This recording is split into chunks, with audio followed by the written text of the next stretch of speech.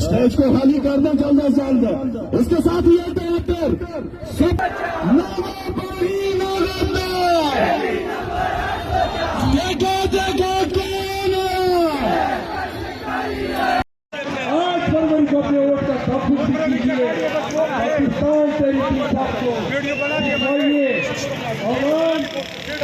को समझ आ रहा है। 3 दिन से कराची में बहुत से लोग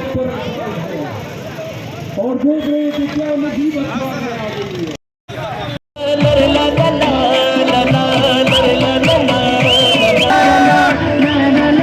इंतखाबी निशान इमरान खान है जो कि हमारे दिलों में है। आप किधर जिधर बिठाओगे इतने जो है आप आगे आएंगे। क्या आप हमारे दिलों से उसको निकाल सकते हैं? कभी भी नहीं। तो मेरे तमाम भाइयों से गुजारिश है कि आप लोग अपने अपने फैमिली में, अपने घरों में आप सब जो है ये कैंपेन स्टार्ट करें। ये कैंपेन सिर्फ पाकिस्तान तहरीक इंसाफ के वर्कर्स और उनके ओहदेदारों का काम नहीं है। अब ये पूरे पाकिस्तान की जिम्मेदारी बनती है, पूरे बलूचिस्तान की जिम्मेदारी बनती है कि आप लोग आए, हमारा साथ दें और ये जुल्म का बदला जो है अब वोट से ले 8 फरवरी को आप लोगों ने जो है हमारे कैंडिडेट के नाम और इनके इंतखाबी निशान जो है आप लोगों ने याद रखने हैं। पहले इंतखाबी निशान के हवाले से मैं कहूँ कि इलेक्शन कमीशन और उनके सौलतकारों ने अपने माँ बहनों की जहेज जो है हमारे वर्करों को इंतखाबी निशान दे दिए। तो मैं इनको ये बताना चाहती हूँ कि आपकी माँ बहनों की जहेज पे इंशाल्लाह हम लोग ये इलेक्शन लड़ेंगे और जीत करके दिखाएंगे इंशाल्लाह। मेरी जैसी बहनें और हमारी जैसी बहनें जब इस पीटीआई में मौजूद है, जब हम आगे आए हैं और हमने खौफ के बुत तोड़े हैं, हम खौफ नहीं रखते, हम नहीं डरे, तो आप लोग भी इंशाल्लाह हमारे गैरतमंद भाइयों नहीं डरेंगे।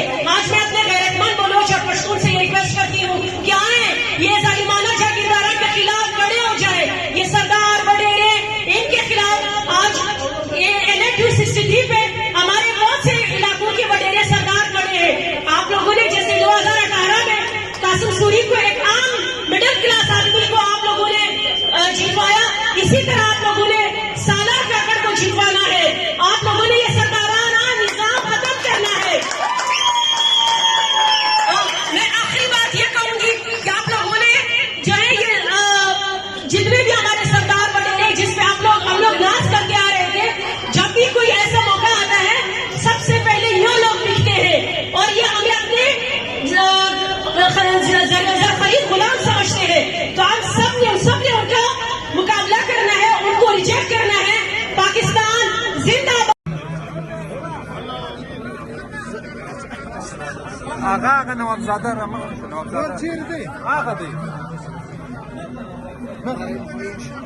नवाबजादा साहब रा मख्تصر